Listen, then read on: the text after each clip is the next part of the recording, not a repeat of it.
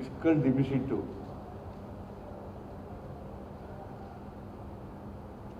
4.3 ಅಂದರೆ ಒಂದು ದೇಶದ ಒಂದು ರಾಜ್ಯದ ಹಣಕಾಸಿನ ಪರಿಸ್ಥಿತಿ ಆರೋಗ್ಯವಾಗಿರಬೇಕು ಅಂದರೆ 3% ಒಳಗಡೆ ಇರಬೇಕು. 3% ಒಳಗಡೆ ಇರಬೇಕು. ಆದರೆ ಇವರು 4.3%, ಕಳೆದ ವರ್ಷವೂ ಇಷ್ಟೇ ಇತ್ತು. 4.3%, 4.4 ಅದು ಅಂದಾಜು. ಪರಿಷ್ಕೃತ 1 ಲಕ್ಷ ಕೋಟಿ ಕಡಿಮೆ ಆಯಿತು. 4.4 ಆಗ್ಬೋದು, 5 ಆಗ್ಬೋದು, 6 ಆಗ್ಬೋದು.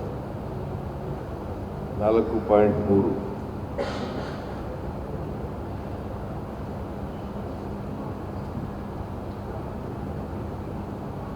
ಸುಮಾರು ರೆವಿನ್ಯೂ ಡಿಫಿಸಿಟ್,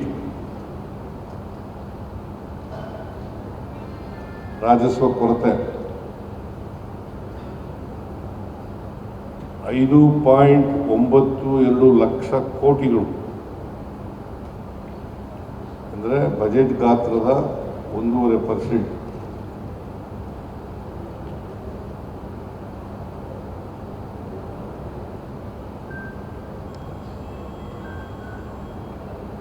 ಕಳೆದ ವರ್ಷ ಹೋಲಿಸಿದ್ರೆ ಈ ವರ್ಷ ಸುಮಾರು 70,000 ಕೋಟಿಗಳು ಹೆಚ್ಚಾಗ್ತದೆ. ರೆವಿನ್ಯೂ ಡಿಫಿಸಿಟ್, ಫಿಸ್ಕಲ್ ಡಿಫಿಸಿಟ್ಟು 4.3,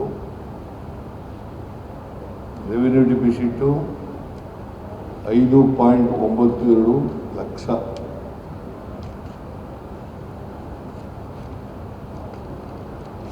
ಕರ್ನಾಟಕಕ್ಕೆ ಏನೇನೂ ಕೊಟ್ಟಿಲ್ಲ. ಅಷ್ಟೇ ಅಲ್ಲ, ಕರ್ನಾಟಕ ಒಂದೇ ಅಲ್ಲ, ದಕ್ಷಿಣ ಕರ್ನಾಟಕಕ್ಕೂ ಏನೂ ಕೊಟ್ಟಿಲ್ಲ. ಆಮೇಲೆ ದಕ್ಷಿಣ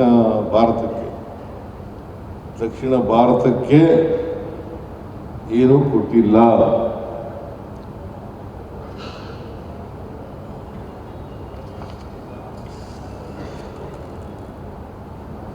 ಕರ್ನಾಟಕಕ್ಕೆ ಏನು ಕೊಟ್ಟಿದ್ದಾರೆ? ಚೊಂಬು ಕೊಟ್ಟಿದ್ದಾರೆ.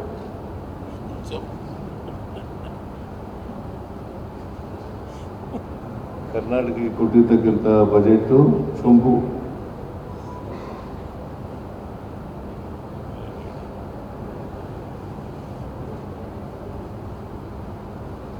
ಎರಡು ಬಹಳ ಪ್ರಮುಖವಾಗಿ ಹೇಳಿರ್ತಕ್ಕಂಥದ್ದು.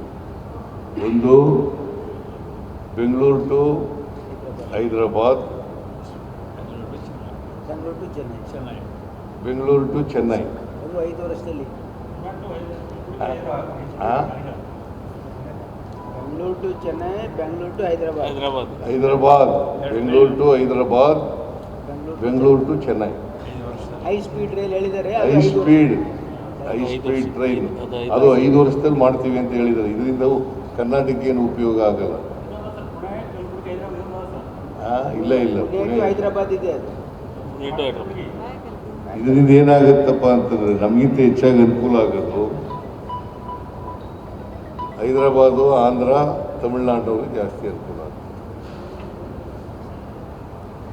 ನಾವು ಏನು ಬಯಸಿತ್ತು ಅಂತಂದರೆ, ನಮಗೆ ಬೇಕಾಗಿದ್ದದು ಏನಪ್ಪ ಅಂತಂದರೆ Bengaluru to Mumbai, Bengaluru to Mangaluru, Bengaluru to Pune.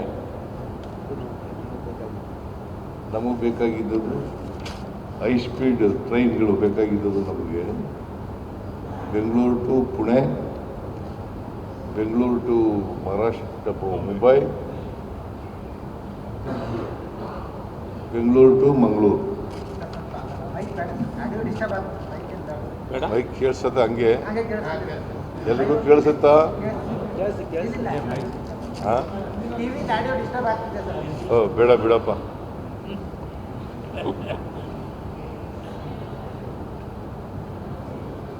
ನಾವು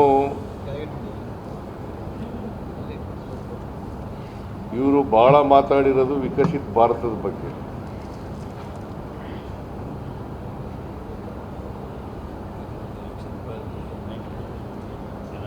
ಈ ಮಾತಿನಲ್ಲಿ ಇದೆಯೇ ಹೊರತು ಗೊತ್ತಿಲ್ಲ. ಕೃಷಿಗಿಳಿಸ್ತಕ್ಕಂಥ ಯಾವುದೇ ಯೋಜನೆಗಳಿಲ್ಲ.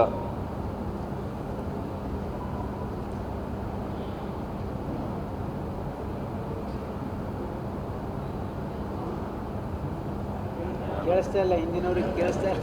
ಕೇಳಿಸ್ತಾ ಇದೆಯಾ? ಈ ಕಡೆ ಬಾ. ಹೌದು, ಇವ್ರು ಬೇಡ ಅಂತ ಹೇಳಿದ್ರು.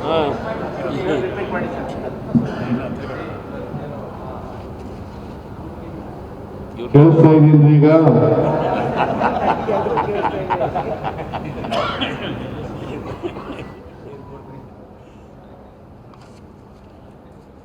ನಾವು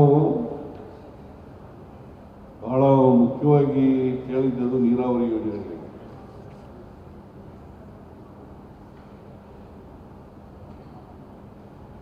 ಒಂದೇ ಒಂದು ಶಬ್ದನೂ ಇಲ್ಲ ನೀರಾವರಿ ಯೋಜನೆಗಳು.